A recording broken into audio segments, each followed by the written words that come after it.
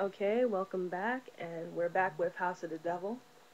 Just so you know, this movie was made in 2009, and it was released. And the fact that it is found in Target, it means that it is a good film, especially for the indiness of it. I mean, I believe that if I wanted to watch this in theater, I had to go somewhere in Manhattan because it was not playing in like conventional theaters that I live around.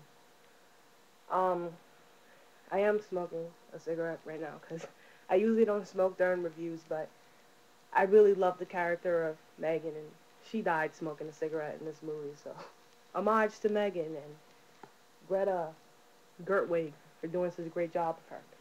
All right, what else did I want to say about this movie? Okay, let's get down to the basics, people. We have here a great mixture of our director's own techniques and classic 80s, 70s Polanski sort of techniques going on.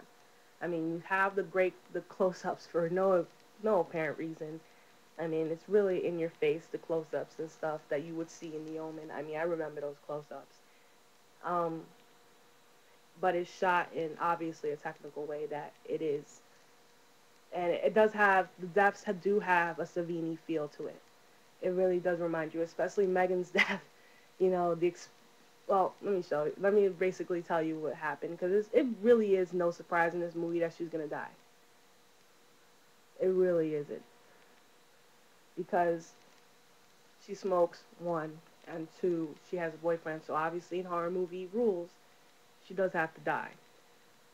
And she does, the way that they do it is so suspenseful because for some reason she decides to smoke a cigarette in a graveyard, and that's a bad idea, really bad idea, especially in a horror movie. So she decides to smoke, and the explode, like basically the way she dies is so Savini looking that even though you know what's happening, it kind of just shocks the hell out of you. You're like, this, it just didn't happen. Like, she did not deserve that. That was not, it doesn't leave you feeling good. It really did not leave me feeling good, but I had to see it again. I had to rewind it because it looked so awesome. It was really good. It was well done. Um,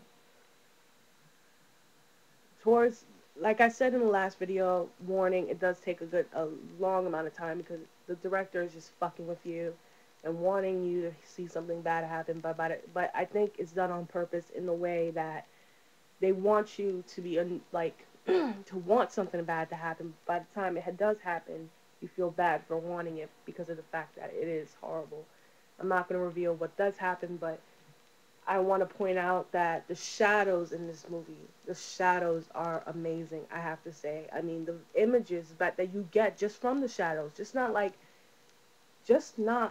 I mean, it's obvious that this movie was storyboarded in a wonderful way. It was planned out. The shadows obviously were planned because that was just awesome. I mean, I have never enjoyed watching such a movie where the shadows and the lighting was just impeccable. It kind of makes you feel like you're watching a little bit of film noir, not in the crime movie sort of way, but in a horror movie sort of way. So it kind of makes you feel like it. I mean, I took a film class and we watched a lot of film noir, and it really did make me feel that way.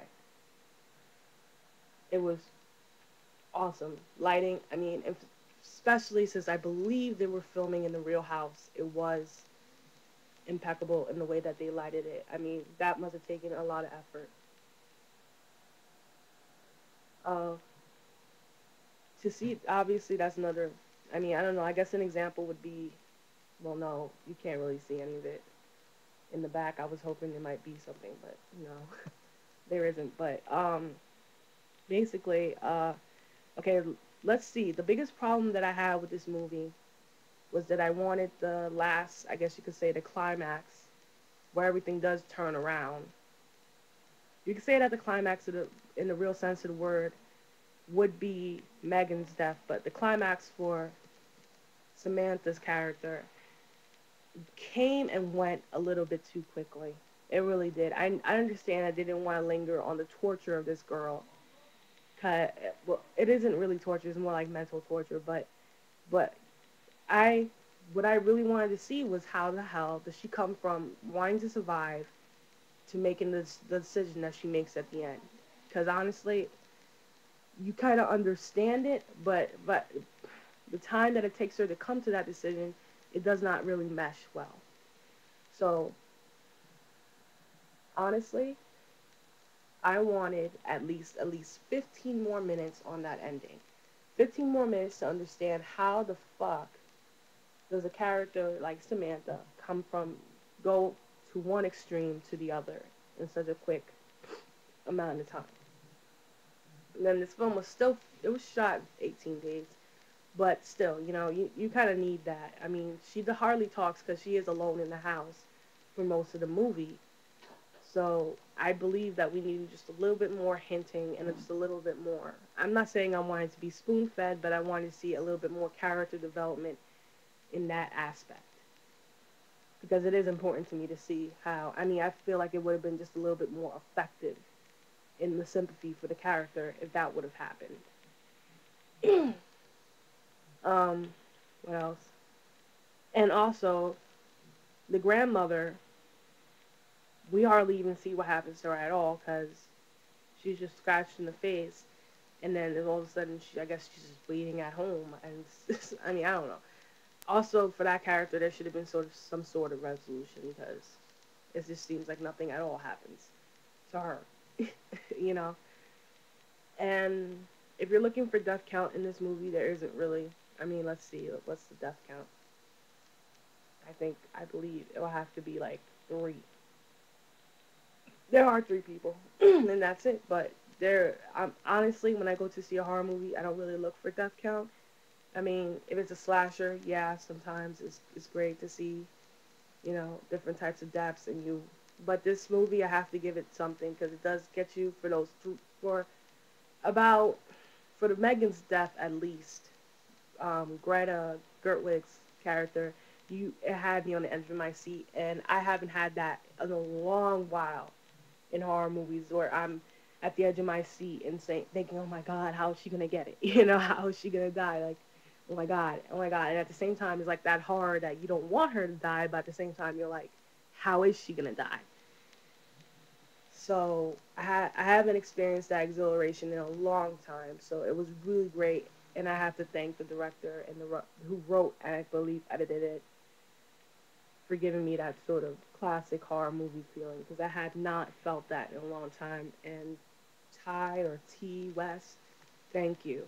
And I believe that every horror fan deserves to have this wonderful nostalgic little package in their library, just for the fact that you are gonna get those feelings and you are gonna feel nostalgic, and it is a wonderful little piece of work, and you are gonna see some people you recognize from some of your favorites, and despite the ending that could have been done and developed just a little bit better, it is worth it, and I do agree.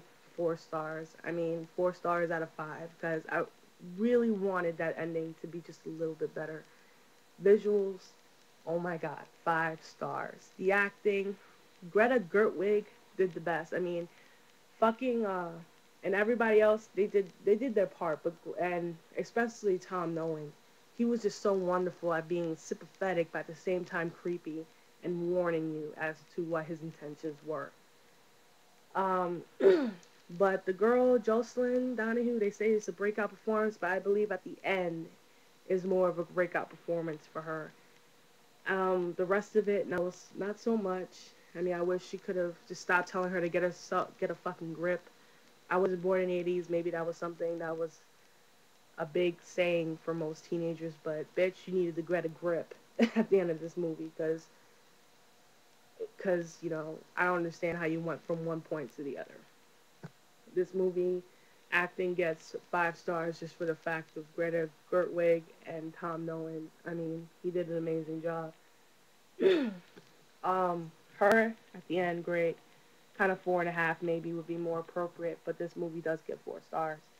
And believe me, if you haven't seen anything great, this is proof that horror is not dead, and classic horror that we love and grown up with is not dead. I will be back with Freddy vs. Jason. Subscribe, comment, and rate, and pick this up because you'll be doing yourself a service. And that's it for me.